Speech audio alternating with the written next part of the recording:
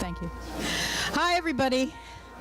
I feel like Albert Brooks in broadcast news when he went on television and was schwitzing, and that's how I feel, but in a good way. Before I begin, I just want to acknowledge Marge Chaplin, who was a Reach Out America member, active, who died really unexpectedly in the fall. And it was her idea to have a forum, and then she died. I mean, long before anything happened, before there was the election. And so I just want to acknowledge her long commitment to this work. I'm just sorry she's not here. Okay, so welcome everybody. I'm Rita Hall. I always have to write these things down because I forget to say even my name. People don't like when I read, but if I don't, I like teleprompters. I'm the president of Reach Out America, and I'd like at the moment to ask any elected official or organizational heads if they're here to stand and identify yourselves. Anybody? No? Okay. When we came up with the idea for a women's forum in the early fall, we assumed Hillary Clinton would be president by the time we held it. The title was to be something like, "The glass ceiling is broken, now what?" By the end of a late and wearying election night, one thing plagued my mind. What would we call it now? That was meant to be funny. What I really thought was that we should ditch the whole idea. But after facing a capacity crowd at our monthly meeting the following day, it was our regular meeting the day after Election Day with Tom DiNapoli. It was a capacity crowd. Tom DiNapoli was wonderful. And I realized that people were hungry to meet and to talk and to act.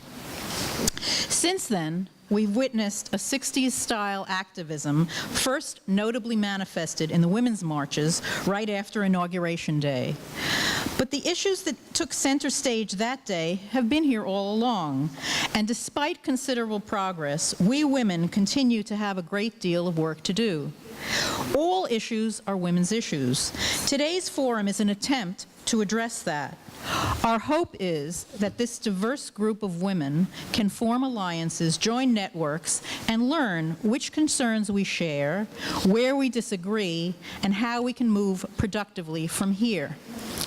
Reach Out America has been working for meaningful, doable, measurable change in the spheres of elections, healthcare, the environment, peace, and constitutional protection since 2004. Today, our noon session is about health. Women's health. We who give birth to the world and outlive men are not proportionally represented among legislators and scientists. We are sometimes left out of research, we incur more costs than men, and we are absent when policy is made. Ronnie Rubin, New York Times staff writer, is focusing on women's health. We'll cover some of the challenges that women face with regard to information and outcomes. And Dr. Margaret Flowers, single-payer health insurance advocate, will talk about the contentious issue of coverage. Sandy Salit, Reach Out America's former president and current chair of our environmental committee, will moderate. After lunch and a musical interlude, and by the way, lunch is straight out the hall, just past the stairs and to the left, there's a room and it will be set up there. And we're going to have music by the Long Island Pride Chorus. Anyway, after lunch and a musical interlude, we will return with a discussion of peace. Though women have begun to serve as soldiers, war is still fought mostly by men. But battlefields are largely in civilian areas, so women suffer collateral damage. Wounded, impoverished, and defenseless when their men are gone, they must fend for themselves and their children alone, too often the victims of rape and other violence. And even when women serve apparently as equals in military actions alongside men, they're frequently subjected to harassment and abuse. Historically, women have been frontline warriors for peace. Our speaker for this segment, Cora Weiss, was nominated for a Nobel Peace Prize and has been recognized for her groundbreaking work by every organization that acknowledges peace activism. Our moderator, Shirley Romaine, Reach Out America's first president, also has devoted her life to the pursuit of diplomacy over the bloodshed of war. Neither of them ever give up. During the final segment, we tackle religion. At a time when women of every faith have moved into the echelons, all echelons of the clergy, and have been both embraced and shunned, we are forced to face difficult questions about the traditional roles of women in various practices. Our speakers are Natalie Fenimore, a pastor here at Unitarian Universalist Congregation of Shelter Rock, this beautiful, wonderful facility that has donated the space to this event and to all our events, frankly. Fabulous place. And Shireen Rashid, a philosophy professor who has written and taught about gender and faith. Sybil Bank, former Great Neck Temple Israel preschool director and present or Reach Out America electoral committee, will moderate that discussion. But we start with Liz Abzug and Marie Wilson, political activists who've long fought to get women's voices heard. They will talk about how women might finally achieve the numbers in state houses and city halls and Congress that more closely reflect our presence in the general population. The moderator, our own Patty Katz, vice president of Reach Out America, has taken the idea that women should try to get elected to heart. A passionate environmentalist, she recently successfully ran for and now serves as Great Neck Water Pollution Control Commissioner. Yeah.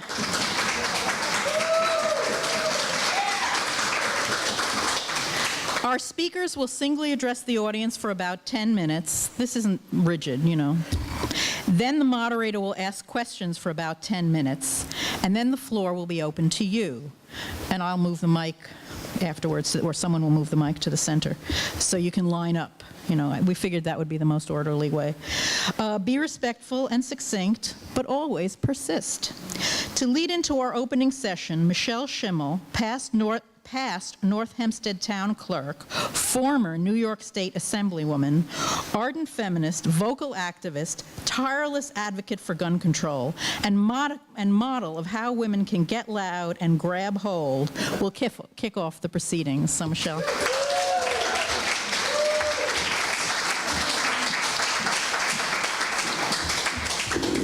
Thank you, Rita. And Rita, just to, so you don't feel bad, I don't get a teleprompter. I also do notes. Good morning, everyone.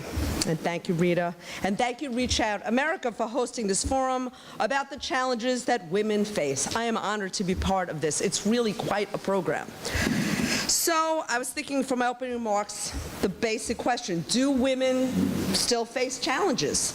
After all, we have women candidates running at all levels of government. We have women clergy, women doctors, women lawyers, women Supreme Court justices, women scientists. I ran for government almost 2 decades ago, and I won, and continue to win. And when I attended my first Emily's List boot camp for political candidates, I was told then, 2 decades ago, when women run, women win. Really? So listen to the words, we're going to have a little history lesson. Listen to the words of Abigail Adams, March 31st, 1776, in a letter to her husband John, who I would say in his own way was kind of a feminist too, very ahead of his time because of a terrific wife. She wrote to him, "I long to hear that you have declared an independency, and by the way, in a new code of laws, which I suppose it will be necessary for you to make. I desire you to remember the ladies and be more generous and favorable to them than your ancestors. Do not put such unlimited power into the hands of husbands. Remember, all men would be tyrants if they could.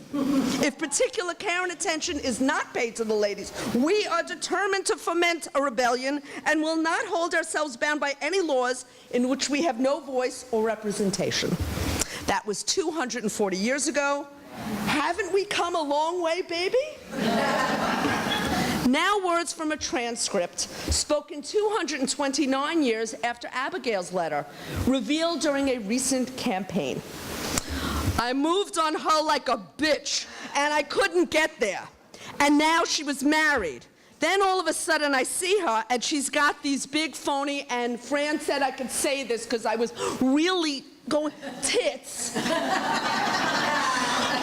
Now she's got these big phony tits and everything. She totally changed her look, unquote.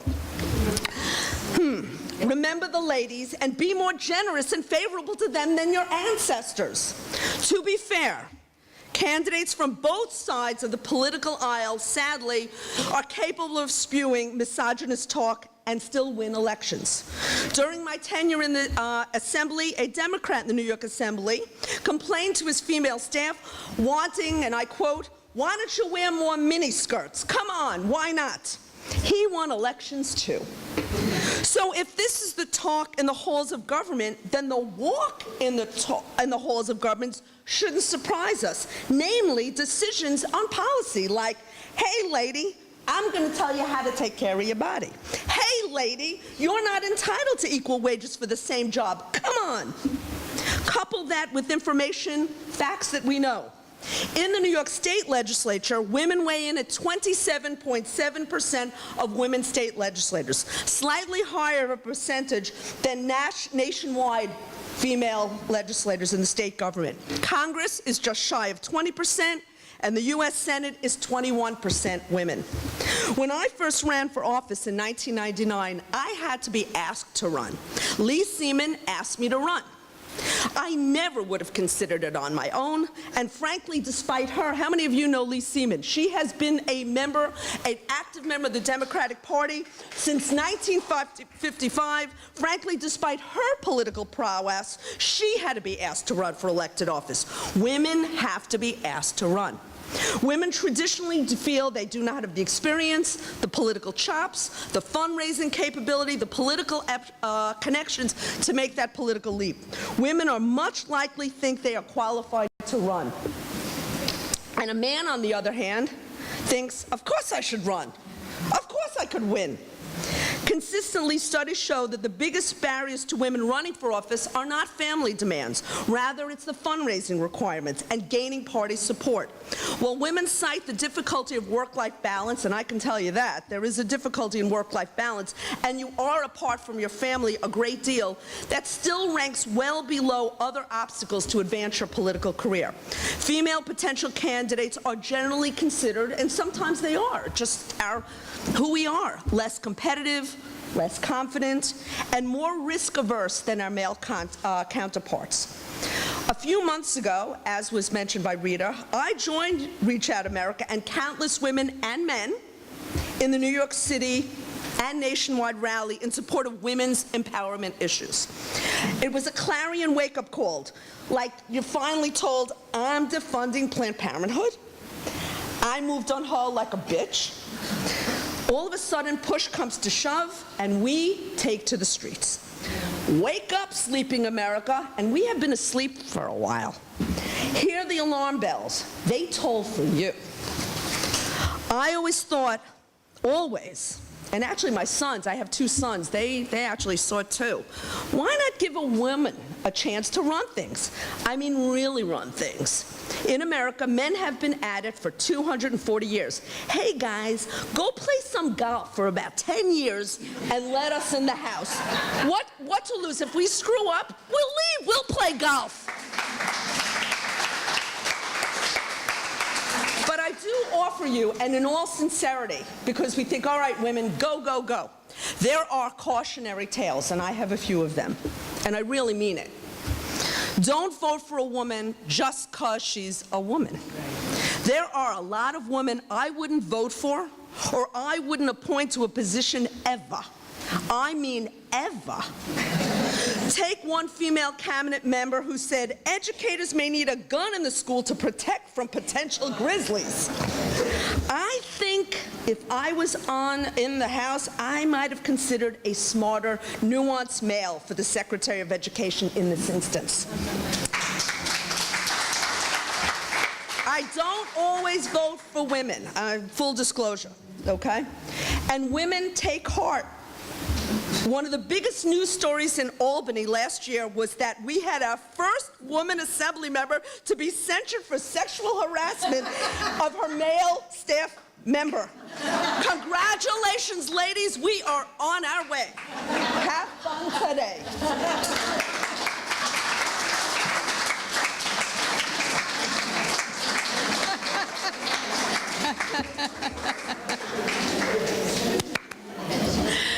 She's great.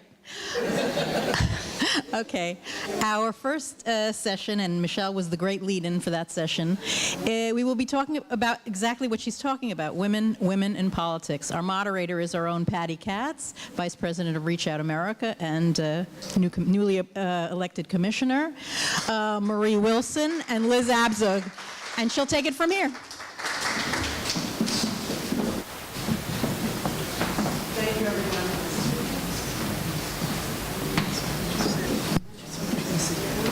Where do you want to sit? It's great. Okay. Thank you.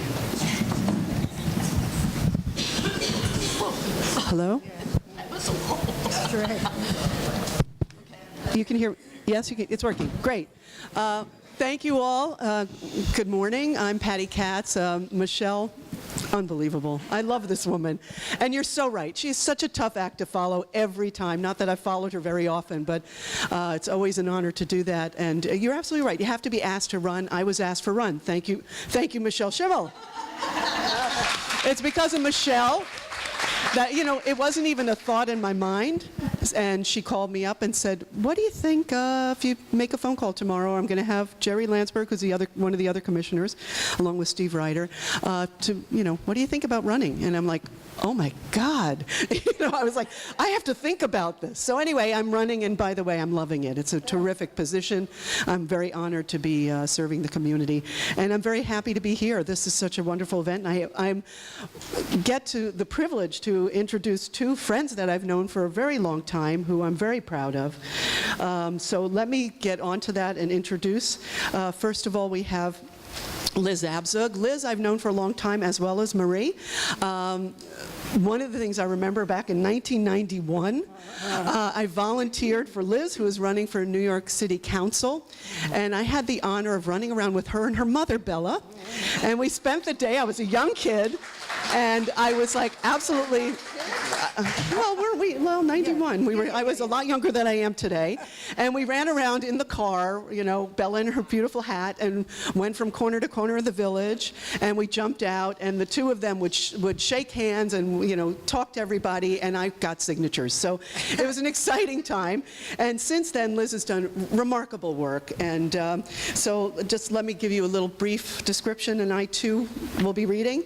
She's the founder and president of BALI, which is the Bella Abzug Leadership Institute. It's a non-for-profit leadership training organization that was founded in 2005. The Institute works to provide specific skills such as debating, public speaking, professional mentoring for middle school and high school girls, as well as college-level women.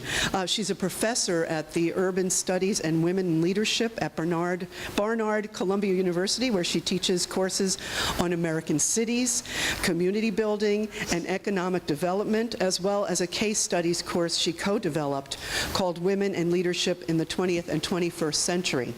Ms. Abzug has served in various senior level positions in federal, state, and local government. She has been named one of the 21 leaders of the 21st century by Women's E-News. She is an acknowledged public speaker and has spoken at colleges, universities, conferences, conventions throughout the United States on topics including civil and human rights, women in leadership, women in politics. I'm almost done. And youth, and she's pretty remarkable. I only have remarkable friends. You must all know that if you're my friend. And youth empowerment, and she's worked in development in urban and suburban and rural America. So this is Liz Abzug. I'm also now going to also discuss my friend Marie Wilson, who I've also known for many years. When I first met Marie, honestly, I was very intimidated. She was the head of the Ms. Foundation. Aren't you still intimidated? Yeah, a little bit. The truth is, yeah, a little. But anyway, no, Marie's wonderful. She's always been such a powerhouse and an inspiration in her fierce ability to move women's initiatives forward. For over 40 years, Marie's steadfast advocacy for women has spearheaded a transformational shift in attitudes about the importance of gender equality that has resulted in progressive policy changes here and abroad. Her resume is a list of remarkable projects that have helped push women to the forefront.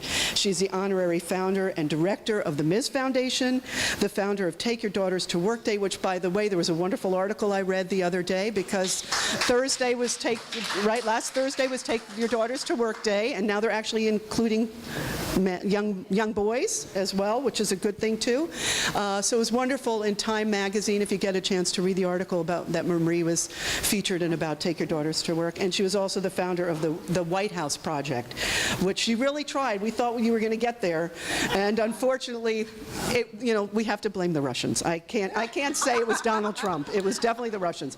And just on a side, I called Senator Kirsten Gillibrand's office yesterday to protest something else, and I said, by the way, keep getting him. He's a Russian operative. I know he's a Russian operative. Keep searching. Get him out of there. Right. So anyway, Marie is a prolific author. She's been the recipient of numerous awards, has appeared frequently both in print media and an expert commentator on National Public Radio, BBC, MSNBC, CNN, and Fox Network. So please give a warm welcome to both of these women. Marie, Marie, why don't you start? And just let us know. There, or are we sitting here? You can do whatever you feel comfortable doing. I think I'll sit where I can stand where I can see people. Okay. I tell you, this is such a rowdy crowd. I'm not going to worry about this at all. I think I want to make sure we have time to have interaction. One of the things I've learned recently about what's happening around the country is I had an event. Hello. Finally. Why didn't I have this with all those children? Get off that sofa. At any rate, one of the things that I'm finding, I just had a little doodad at my apartment for the president of the Ms. Foundation, who is just fabulous. Teresa Younger, if you don't know her, she's fabulous. So at any rate, it was so exciting because women were so hungry not to get together and listen, but to get together and talk. And so I want to make sure that we have a lot of time today to really talk, because this is a very unusual time. Now, my only disappointment with you is that when I came here last year, I did tell all of you that you had to go out and ask one person to run for office at least, and what you got to show for it, just one person.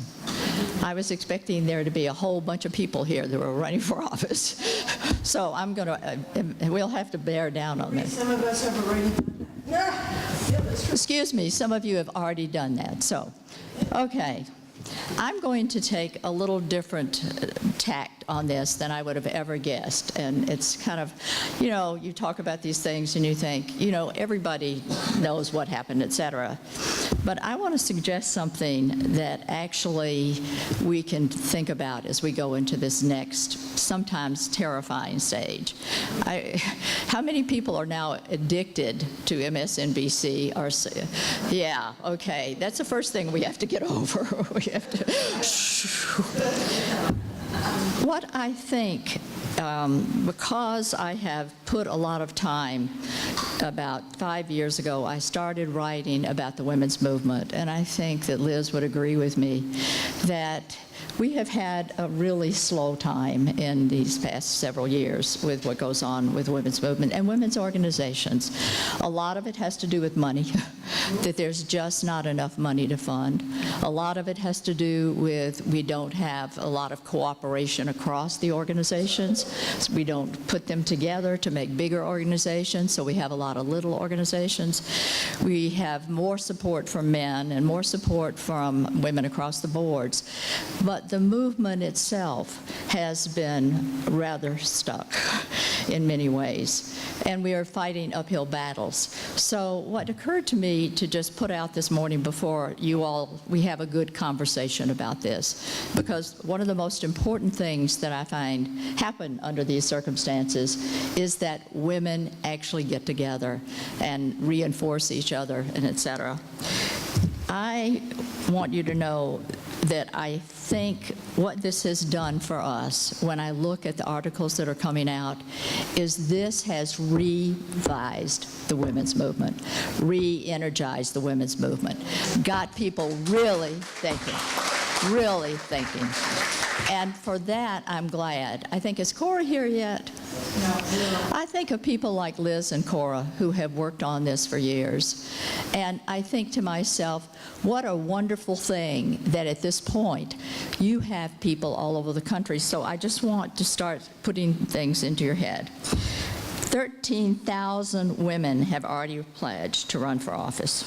13,000.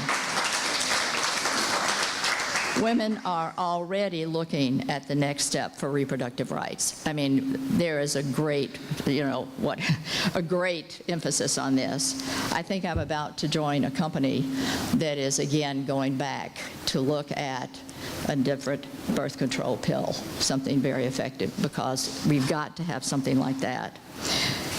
People are showing up to protest like you have never seen before. Black Lives Matter. Race is an issue that is now seriously being dealt with in terms of politics.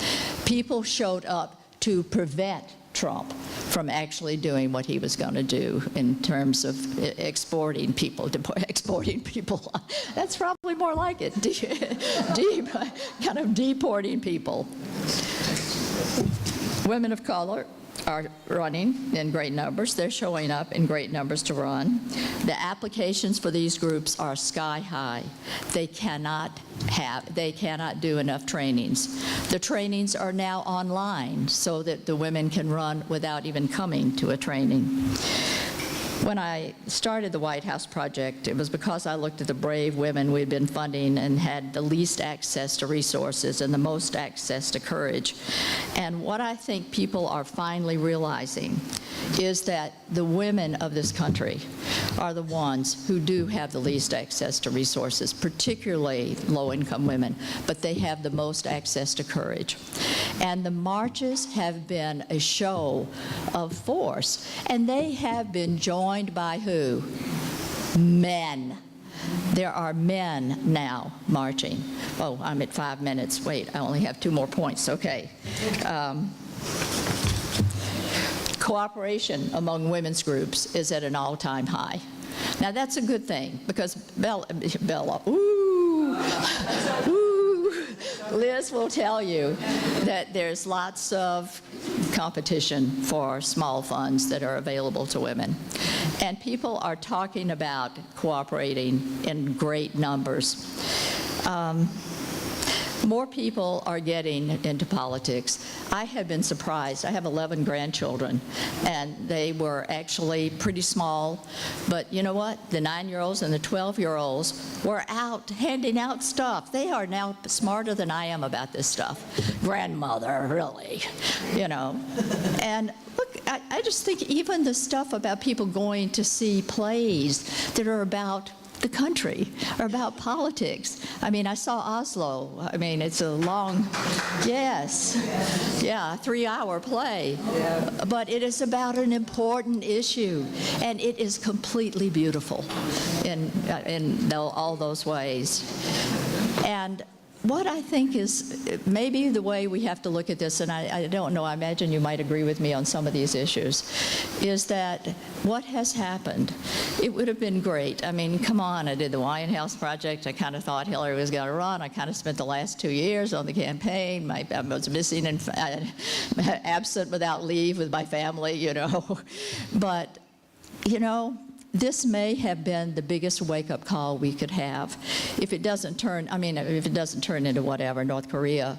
And women are taking charge. I mean, actually, Gloria, remember a few weeks ago, I think it was, led a group of women. I mean, she's taking on Bella's thing, led a group of women over to the, what's it called? The borderline. The borderline, whatever. But to be the women standing there.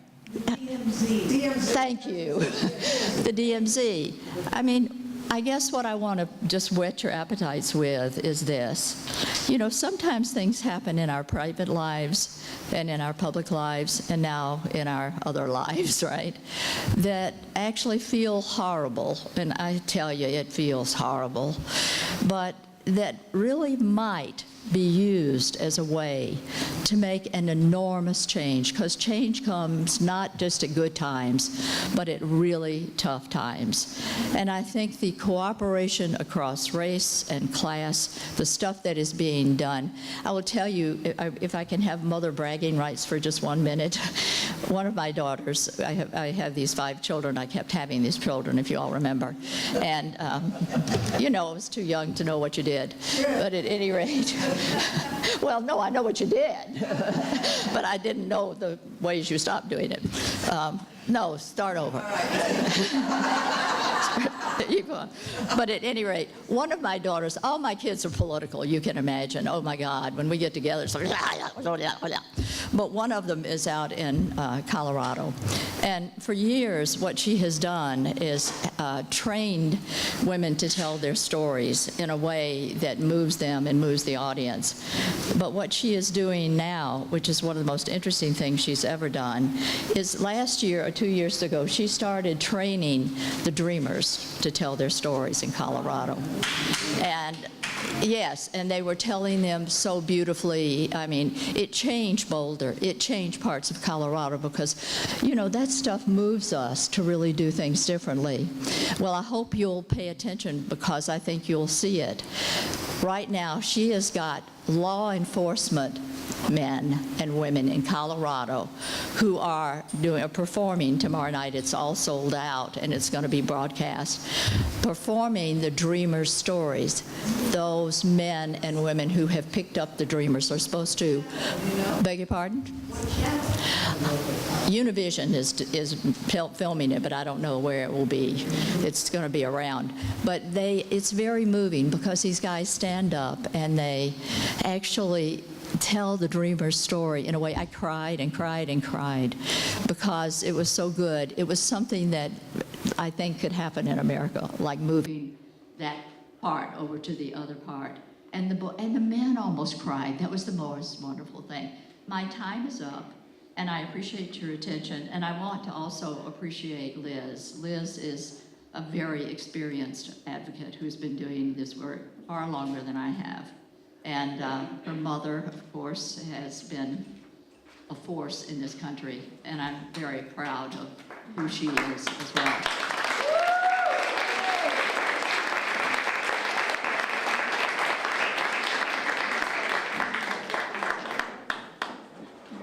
Thank you, Marie. Well, first, let me just acknowledge this organization, and Rita Hall, the president, and Patty Katz, the VP, and all of you who were involved. And Marie has been at it. She says, I'm at it a long time. Marie worked very closely with my mother in the early days of the feminist movement in the 70s, which I consider, and many of you were involved probably in it as well. The watershed moment for women's rights in this country. And her work has led up to where we are today, notwithstanding that Hillary didn't make it, although she won by 3 million votes. I think it has shifted a dynamic that I want to mention. You know, when my mother was elected to Congress, some of you may remember, she was one of 9 women, and there were no women in the United States Senate. She used to, 0. She used to call it, a stag Senate is a stagnation, right? She had great one-liners, you know that. But, and by the way, we have roots here in Great Neck. My Aunt Helene lived here until she died a couple of years back, and my cousins still live here, and all the rest of it. And I have to say to you guys, you gals and men at here, that I've always been admiring women and men who are activists in Long Island and in suburban communities because it is, you know, you have to drive places to get here. And it's harder to, in a certain way, to do that. And I think that a lot of people in New York City don't realize how much activism there is among people like yourselves, so I want to acknowledge you too. You know, I get to hang around with a lot of kids from middle school, high school, college, and I teach at a college, you know, really bright girls and boys at Barnard and Columbia University. I'm teaching up there about 19 years already. I started young. And I'm proud of that. And I tell you this for a reason. You know, at Barnard is one of the few women's colleges left in the United States of America, right? And in all the years I'm teaching up there, I teach Barnard and Columbia students, right? Both from both colleges, because everything is intermixed in urban studies. And even in my women in leadership courses, I have seen over and over to the present day, young women raising their hands and saying, sorry, professor, this may not be relevant. Apologizing, you know, ritualized apologies for a question. In all the years I'm teaching there, I have yet to have a male student that apologizes for asking a question. And this is 2017. So, and at a women's college. And a women's college that considers itself a very big liberal bastion for activism. As you know, Marie, and we started a whole new women's program up there that was new and about leadership. But why I say this is, you know, there is so much, as we say, there is so much work to be done, and there is so much unfinished business. And the truth is, when I tell my students, this is college down to middle school, but college and high school girls that we train in my institute that I named after Bella as a living legacy to her, the Bella Abzug Leadership Institute that really trains underprivileged girls, that you are not equal citizens to men, technically, under the United States Constitution, because there's no federal equal rights amendment. Well, when I tell them this, and this is the most educated to the, you know, regular high school district kid, they said, what do you mean, Liz? What do you mean? We've accomplished so much. We get jobs at half the amount.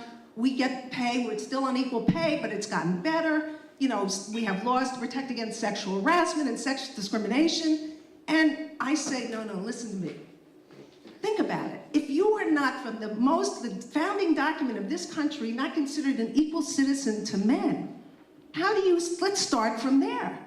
You do not have equal rights. You do not have equal rights when you have 20% women in the Congress of the United States and 21% in the Senate, when you have 27% in the Assembly. You look at countries like Cuba and Iceland and Nicaragua and Sweden and Senegal. Do you know that those countries have almost 50% representation of women in their parliaments? And we are down to 20%. You also know, and I know everybody knows, that many of these countries, including India and Rwanda, many of these countries have had female prime ministers. Pakistan, we know this, all right, Norway, Iceland, you know, and so we know that here in the greatest democracy of the world, supposedly, we have still not broken that barrier. But it's not just that we have been a wake-up call, and some of you men have been at the women's marches here or in the city, across the country. There were 3,000 of them in the world. But I do believe that often men, and your men in the audience here, that they understand in certain ways that women have not screwed things up, and that we need to be in the center of decision-making. And it's true that in the corporate sector, there's only 1 in 5 women who are on boards of directors, that it's still where there's 5% women who are CEOs. But I have faith.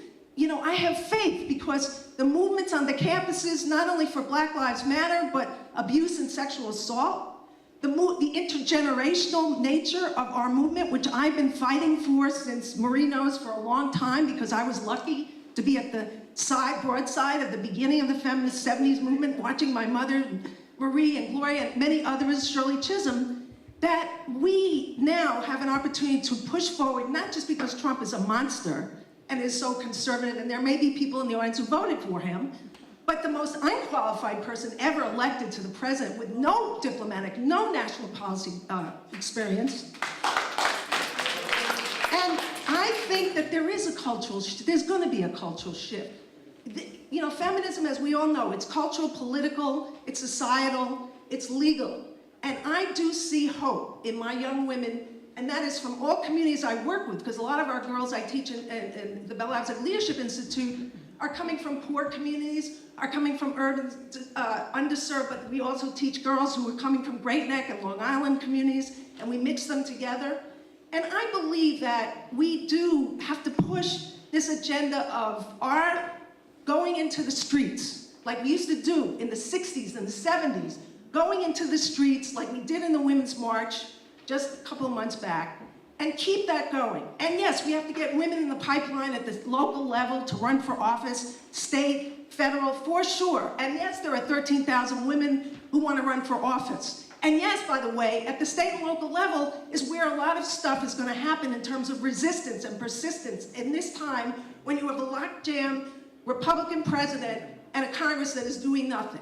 So I'm saying, I believe, optimistically, that we, and have to keep this optimism and idealism, that we can make this difference, and we should, and we are, and there is an international women's movement. Yes.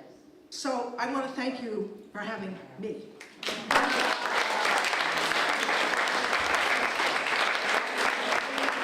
Thank you, Liz. Thank you, Liz and Marie.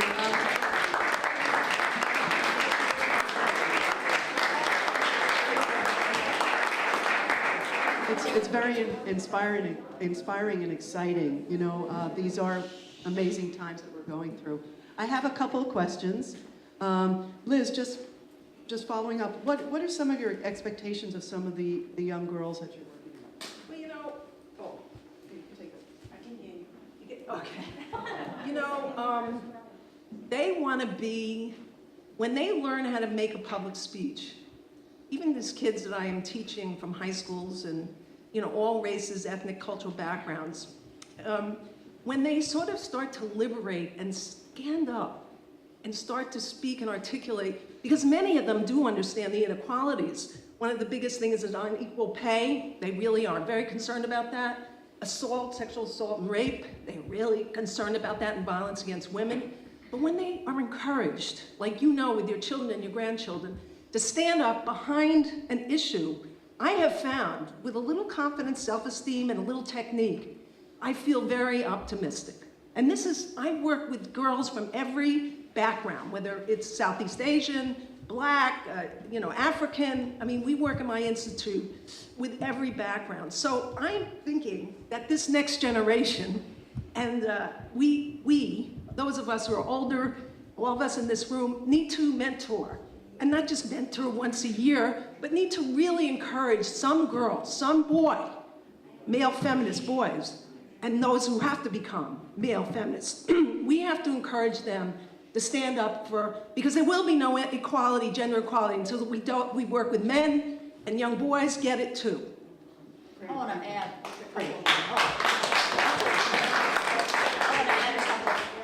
add a couple of things because I couldn't agree more, and I'm also at Barnard.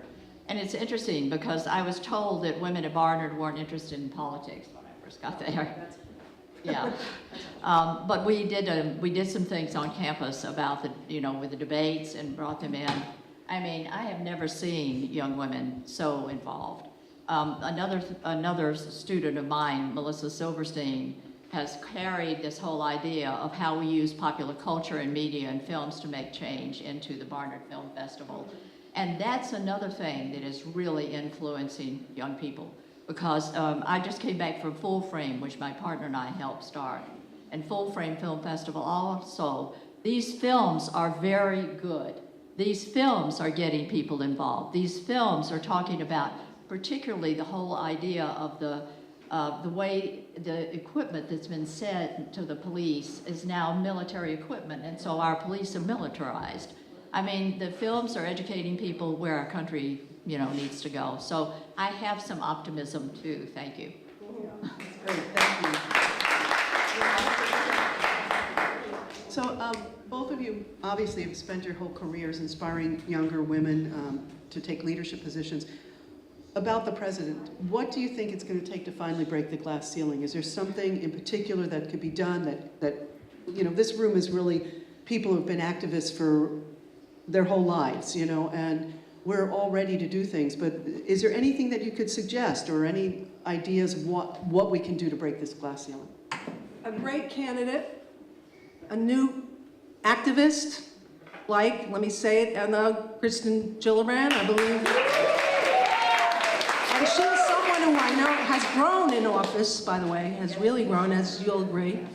And a fresh look that the Democratic Party and Democratic electeds all over this country have to galvanize the bases, not only on the two coasts and not only in sophisticated, you know, more urban areas, but all the places that Mr. Trump went and talked in the Rust Belt, and really talked to them as human beings, people. One of the effectivenesses of Bella Abzug, and I'm sure you will agree, those of you who knew her or watched her or didn't know her, is that she was a human being with great compassion and passion and really liked to connect with people on their terms and on her own terms. And that's why in the Congress, even the conservatives, the men from the South, used to work with her because they respected her intellect and her compassion.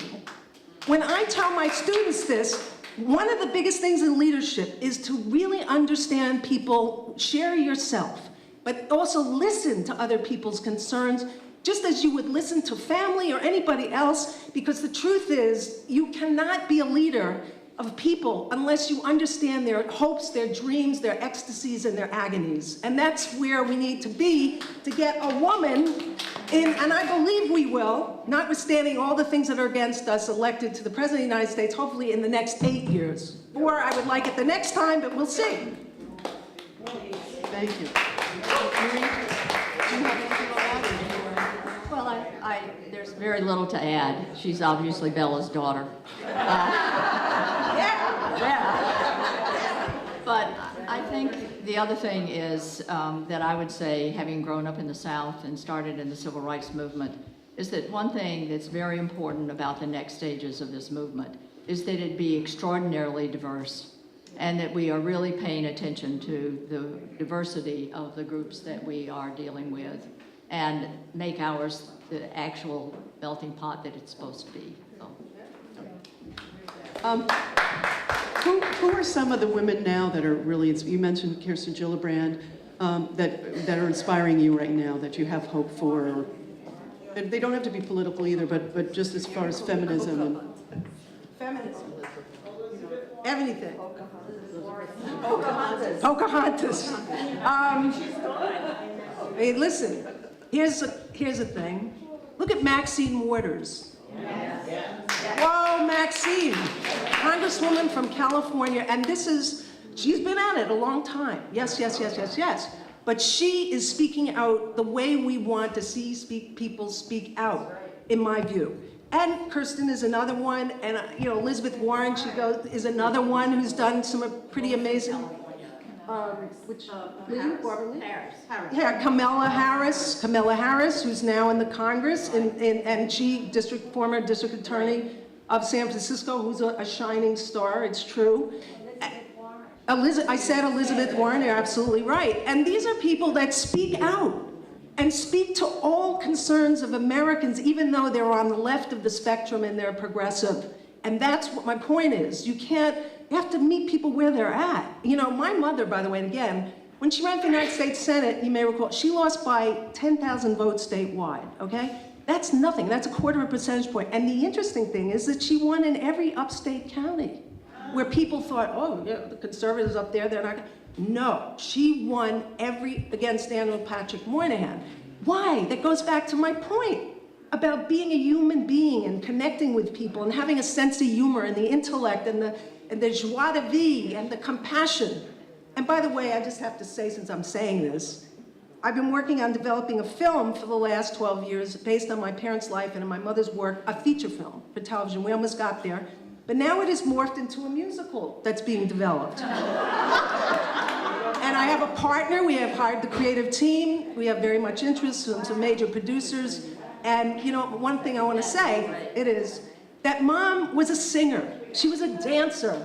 No, I'm not kidding. I mean, in her Jewish family, everything was music and dance and, connection, because her sister was a concert pianist and her father and mother loved to dance. She did that with my father all throughout life. She swam in the ocean until almost right before she died, and she could barely stand up because of stenosis. What I'm saying, a Renaissance, self-actualized person. One of the things I used to say to Hillary, and I'm going to share this. Last summer I even said it to Hillary and Bill out in East Hampton. Hillary, and I said this to her before then, you have to share your insides. Everybody wrote about that. We know this. But I mean, it's okay. You need to share. You need to open that up to people. You need to tell the millennials that you understand that they might have connected a lot of them to Bernie Sanders, but he's not in the race anymore. You need to reach out to them. And I don't want anything from any of these people, and I told the same thing to Bill. I mean, we were in a small party, they were raising money out in the Hamptons, and he said, well, she's gotten better, hasn't she? He said to me when I said this, you know, she's got to open up. I said, yes, of course, but it's still not where it needs to be. And you can crucify me for it, but I believe it. And that goes back to my point. We need to have, the humanism, and we need to have a woman who's strong but human, cries and laughs, will stand up and persist and resist and disrupt. Yeah. Thank you. We want to open it up to if there are any questions from the audience. If you'd like to have a question, why don't you come up? Yeah, this is is this someone? Yeah, it's on. Good. Oh, I see. Okay, so if anybody wants to have a question, why don't you come right up here and I'm going to give you this hand. Is that okay? Oh, yeah, give them the microphone. Just give them. Okay. All right, I will hand it out. Thank you. Yes, I will. Hello, and thank you so much for your presentation. There is an organization locally called Women's Space, and Bella and Marie came to speak to us 35 or 36 years ago. And so I've been with you a long time. But Hillary is the one who said, after the Beijing conference, women's rights are human rights. And I think we have to remember that. And since Women's Space is still going on, but diminishing, I talk to young people about feminism, and they say, is it really still relevant? We have to get back to that. I don't think that young people, since there have been so many things accomplished, I don't think there's a need for it anymore. We have to revitalize that. And thank you so much for doing that for us. I think that's true, but I think this has changed a lot of minds. I think this election has actually gotten people to think more about we aren't there. So I agree with you that it's been a little, calm, but it's not going to be calm anymore because these young women and these young men are all on this. My kids are 9 years old and they're working on the movement. I have to ask you a question, though, about the Democratic Party, because they're saying now that they have to make an umbrella organization and that they will include people who are pro-life. Have you been hearing this now? It worries me a little bit. I wondered what you think about that. Oh, that was good. I hear more, there's been some talk, but truly what you hear about from the leadership and others who are elected across the country is we have to really make this a grassroots party again. That's what I hear. I agree. Anyone else have a question? I don't need the microphone. I used to teach in New York City, so I don't have to. How do we get rid of the Electoral College? It's devastating that it's antiquated. It's antiquated. It's beyond its use. You're absolutely correct. Get rid of it. But that needs to be passed through legislation in the federal reform voting. Let's do it. Yes, I agree with you 100%. Okay. With this Congress, though, Well, what can we do? you need to talk about it everywhere you are. You need to say, let's get a petition together to ban the Electoral College. That's the first thing. What? Have your next program on that. What can all of you go out and do? Right. Yeah, write op-ed pieces. I mean, people should be writing. Right. That's right. Robert? Edith is our writer. We can work Two things. One about the Electoral College. We talk about it, everybody was mortified.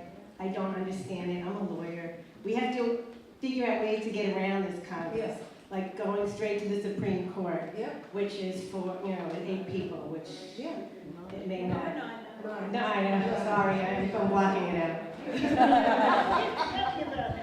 If there's a way to go to even some other judges, just to get, there's got to be some group. I'll look into joining myself, but it doesn't exist. It's not in the Constitution, the Electoral College, and That's right. it's just not working anymore. Some things don't work. A lot of things don't Yeah. work right now. But the other thing I wanted to say was the word money stops a lot of women, probably some men too, but many women, especially ones who took off to raise their children, from running for anything. But it shouldn't, because we're great at networking and with social media, and look what Bernie did with no money. He almost made it to the White House. And he had so many thousands and thousands of people supporting him. So if they're, with social media, I think there's ways to have less money, and a lot of the Democratic organizations are run by men, the local. We had 5 or 6 men running for our local Congress position, 1 woman, a man won, which is fine, he's a good guy, but I was surprised to see only 1 woman up there. You know what, I'm just gonna say, you're absolutely right. Campaign finance reform is, and also voter suppression laws, the enforcement of voter suppression laws are really, campaign finance reform doesn't exist, we know, at the federal level, but we do have it, or the state, in this state, but we do have it in the city level, in New York City. When my mother ran for Congress, you know, of course it was 40 years ago, but even up until, I'd say 20 years after that, you could run as a human being who didn't come from money. But you're absolutely right, today you can't do that, and we must stop. We must stop the amount of money that goes into political candidacies, and even with the corporate decision in Citizens United that allowed for corporations to contribute to candidates, that has to be overturned. That has to go. I also want to point out, though, that the money issue is true, but during my tenure at the White House Project, and it's continuing, it's bigger than it was, but it's not called the White House Project, it's Vote, Run, Lead. But what I want to say is we trained 15,000 women, and they were diverse women. They were women from poor neighborhoods, they were women from all over the country to run for office. And they started there, and they're moving up because you can put enough money together to do local campaigns, and that's where it starts. And then people start giving you money. Plus, there are other changes that can be made, like instant runoff voting, that allow women to actually succeed. Thank you. I have, well, kind of one question and just one. First of all, the congressional race we had here, there was 1 woman, but she had plenty of money, so it was not, it was not the case here. And talking about Congress, the Democrats are actually just as bad as the Republicans, and we do need new blood in Congress. And until we move on from Nancy Pelosi, I don't think we're going anywhere. And the members are afraid to vote against her. We happen to have 1 on Long Island that did vote against her at the risk of getting their committees stripped from their committees. Yes. So how do we encourage their members here to stand up? I think how you do it is to, and I agree with you 100%, Nancy Pelosi, et cetera, and there was a guy who ran against her for speaker. Yes, who was very good. Yeah, he was, exactly. he was. And he has to keep running, I think he has to keep it out there, but I think we have to, not only on social media, open that up, but put pressure on our electeds through social media in the Congress to say it's time for a change. I mean, that's as simple as that. I just want to put it out. I'm glad you did. Good. Well, I had one question, and I couldn't do anything when I was in the assembly. One of the things that was most remarkable, and it's great that you're in the schools, the curriculums of schools do not do civics. I have to tell you, the teachers, and I'm not disparaging teachers, I'm a teacher supporter, I can give anecdotal, teachers didn't even know who their members were, their state legislators. It was embarrassing. I was embarrassed for them when I would ask them. I would put them on the spot, who is your state senator? No idea. So if they don't know, so when I asked one of the school districts, I won't say which one, it wasn't Great Neck, I said, I'd love to come in and talk about just a civics lesson, especially in Long Island where there's so many levels of government. Yeah. They said, no, we're covered. In 4th grade, we cover the legislature. 4th grade is the curriculum. So I think, when you talk about these unfunded mandates, and I'm not going there because math is an unfunded mandate, you have to start looking at the curriculum if you really believe it's got to be in the schools too. And I thank you, it can't be extracurricular. It has to be the curriculum because kids know nothing and the teachers, no offense, they don't either. You're absolutely right. And in the Department of Education, because I'm involved with the Chancellor's office now, with the work I'm doing, they've heard it in the city, and they've heard it and heard it and heard it. And you know what I find? I'm working in a South Bronx school right now when the teacher take care of it in their geography classes, but it's right, it should be in the curriculum.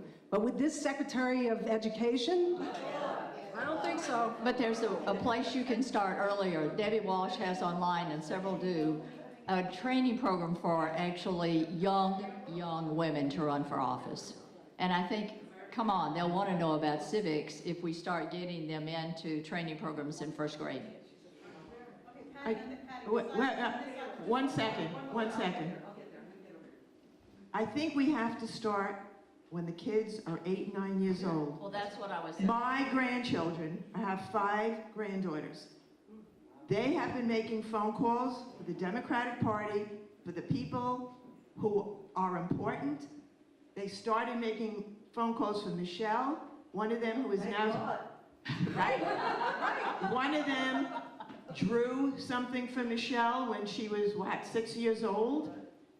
Another one was an intern for Michelle. Now she's going to be an intern for Kathleen Rice.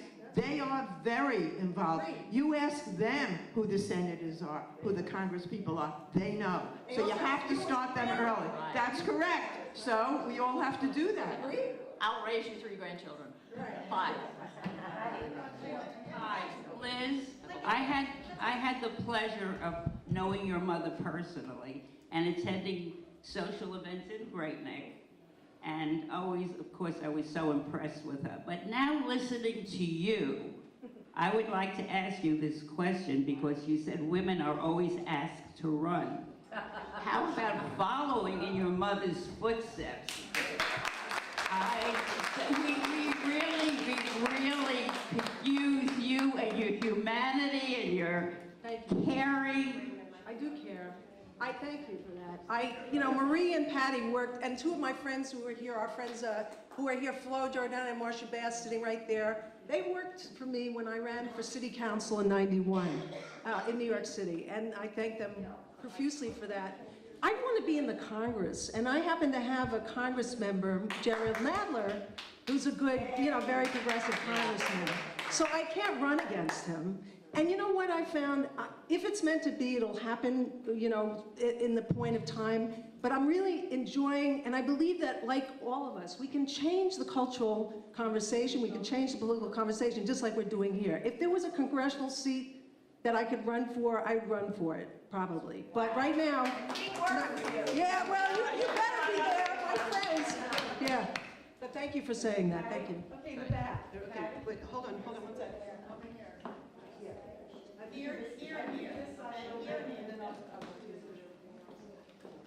I'm all for, changing the curriculum, but that's going to take time. What I'd like to know is, do you know, we have to change the Senate now. Yeah. I mean, that to me is the critical issue. And are there any Senate seats that are up for election where we can, in a grassroots way, help to unseat some of these Republican senators? Is there any vulnerable seats that are up for election? That's what I'd like to know. There are a few that have been vacated by Trump, who appointed them to his, cabinet and as secretaries in the middle of the country. All right, and you're right, so right, that the Senate has the composition because that's the powerful House. Right. If we have the Senate, even though we have Schumer as the minority leader, that's not going to quite do it. We're But not you're gonna absolutely get right. They're going to get another Supreme Court judge this, Exactly. and they're going to, Exactly. turn the Exactly. That's conservative gonna be hard. for generations. Agreed. So that to me is the most critical It is. thing, is to It get the is. Senate flipped. You're right, but we can only, you ask about vacancies, okay? Well- There aren't that many that, are up for new seats that are open seats. Do you know which ones are? I Because I'm think not- there's one guy from the Midwest in Oklahoma, or I can find out and let you We know. can let- Because that's where I'd like to contribute my okay. time and effort. Hey, you should. And by the way, don't let Schumer off the hook. Thank you very much. I have a couple of comments to make, and then I have a question. I don't know how many of you know how many women artists there are, because it's not only in politics and in industry, but it's also in art, where women have not had equal rights. And one of you said, I think it was Marie, that we need to support people in plays and in arts. And I have to say, I saw a play by Lynn Nottage, who is a woman who went to Reading, Pennsylvania to live with the steelworkers. Yep. And she wrote this incredible play called Sweat. Right. And when I walked out of the theater, I said, I hoped that Hillary had seen this play, because maybe she would have been more forceful in understanding who these people were that ended up voting for Trump. Right. Yeah. Okay. The second point that I'd like to make is that in this district we have a female senator. She's a Republican, and I don't agree with her on all the issues. I certainly would vote for a Democratic male in favor of her if his points of view agreed with ours here. But on the other hand, even though she's a Republican, I think that it's important to work with her and to support her on issues like she's very interested in the quality of water in this area. She's interested in the drug addiction. I think it's important to support her, even though she's of a different political party. Here. What? Elaine Phillips. You know what I tried to get done is I actually tried to get a group of progressive Republican women to go around the country this year and actually help with the election. I couldn't get it done, but I do think it's important to work across party. And I also think it's really important to keep at this whole business about getting to our children. You know, my children, who were, I think at the time, two of my grandchildren memorized Hamilton. I mean, I can sing Hamilton now because they were in the car with me. That's a civics lesson in itself. And what I'm saying is Hamilton wasn't exactly a show about women in that way, but it was a show about our history and our political movement. I think we should really push the whole notion of culture, because culture is how people are learning now. And I think movies, I think television, but I think we really need to use those things in a way that reaches people we can't reach. You can reach them with your heart. I married a musician in the church in the civil rights movement. The civil rights movement I have one question. Grew on popular culture and old culture, and that brought people's hearts together. And that's what we need right now. People are scared. And when they're scared, they need to get carded, and then they need to get moving. So it'd help. Thanks. Hi, so my name is Marcia. I'm a director in the food service industry. So my employees are hourly employees. They work for, when they're lucky, $15 an hour and less. And where we're losing is we're not reaching them at all. I was so vocal when, leading up to the election and talking to these young people from, and these are in New York, they're from the Bronx, they're from Brooklyn, they're from all over, and they make minimum wage, and they don't care. They don't care about politics. They don't believe there's such a thing as feminism. How do we reach those people, those kids, those girls, their boyfriends, their husbands, they don't have any connection to any of it.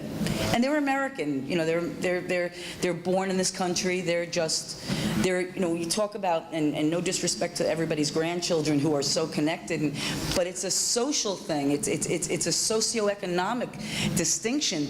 They don't have that. How do we get there? Well, I'd like to point out that there are the women's foundations across this country that are connected to that group of people, more connected actually, but not always to the younger group of people. I mean, I do feel like we have organizations that could be much more active in politics, but we have to get them, we have to go over and talk to them and say, you're running some programs, or you're really willing to do this in our community, but you got to talk to people about things don't move until these young people get politically connected. And I believe the women who've been out there now and these marches are just starting to reach those folks. Maybe I'm just optimistic, but I think some of them are coming. You want to? Yeah, I just want to say that's why we need to increase the minimum wage, but also the people you're talking about are paid even less not only $15, you know Right. this, Marcia, some of them in the service industries are paid like $8 an hour, even less than the minimum wage, Right. which is $9. So what you have to say, in my view, is listen, you need to get more money, you need equal pay. Right. Because you're suffering, you need the money for your kids. You need to get, help your parents out, many of whom will live 3-generation families together. And that's why it's important to pay attention. Don't you want to have a better wage, better food, better school, have your kids prepared better with, clothing and everything else? Of course they do. And that's how you have to, in my view, appeal to them. And yes, the minimum wage is shocking because the service workers are double down beneath even everybody else. And if you're a woman of color, you know that it's even worse than that. Okay, thank you. One last question. Hi, I wanted to thank you both for speaking, and Liz, I'm over here. Oh, there you go. I wanted to just say briefly, I had the pleasure of riding in an elevator with your mom, just myself and her, and I was very young at the time and very starstruck and very nervous to start a conversation, but I found the courage to do it, and I was asking her all these questions, and then she said to me, "Enough about me, what about you? And what are you going to do?" That's my point. Right, That's the point. and it had such an impact on my life back then. And she's in my mind with a lot of things that I've had to do in my life that took a lot of courage. But it's sort of a comment and a question. I actually have an 18-year-old daughter who's a person of color. And she's dealing with a lot of things heavy on her.